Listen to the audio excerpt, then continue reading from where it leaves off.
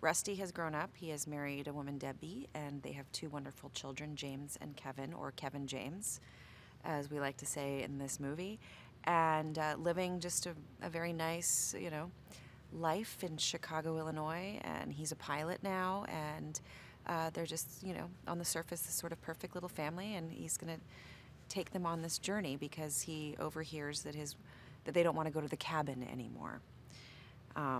But she begrudgingly goes to the cabin every year. The heart is the same. The intent is the same. The fact that they come up against a myriad of disasters on their journey, and end up having sort of a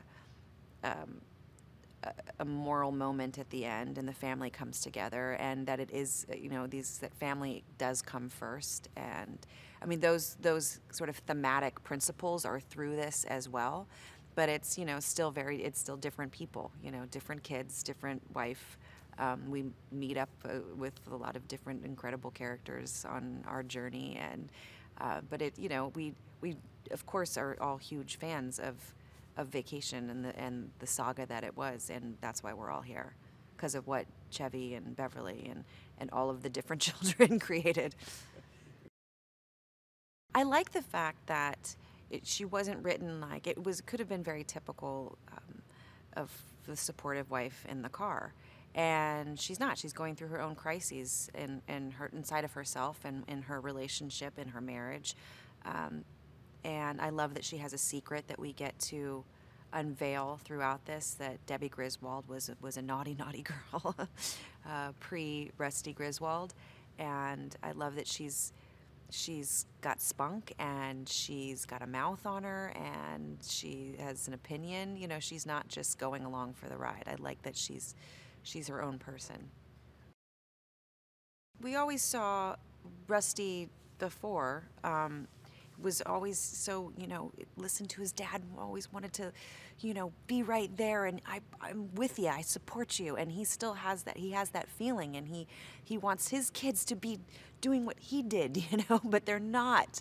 And he comes up against all these walls, and yet he's learned to have that kind of enthusiasm and that tenacity to get through all of these disasters that happen with a real go-get-'em feeling, and that things are going to work out if we just push through as a family.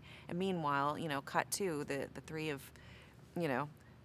other members of the family who are miserable. They're miserable, and they're selfish, and they're not getting it. They're not getting what he's trying to give him, and then they eventually do.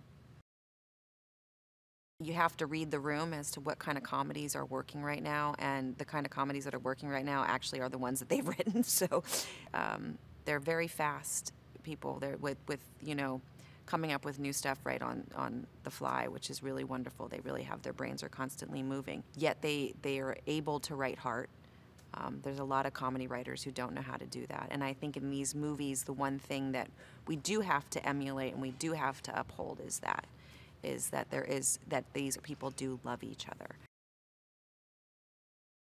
Enthusiasm and a childlike innocence and joy it's very infectious, and it's hard not to get swallowed up in it, and it's wonderful to watch, and he just really keeps us afloat as our fictional characters and as people.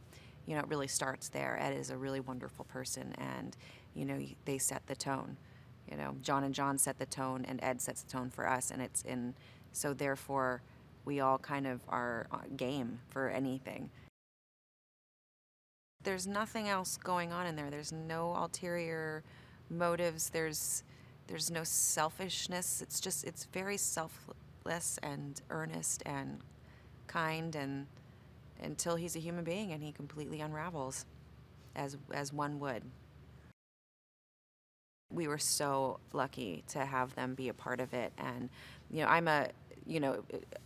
aside from Vacation, I'm a huge Beverly D'Angelo fan.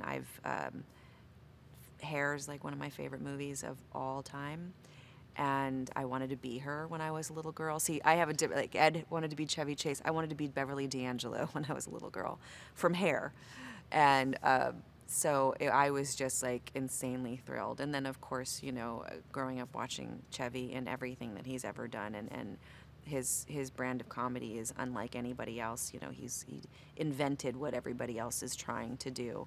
So to be able to sit at a dinner table scene with the two of them was just one of my greatest joys. It was pretty cool.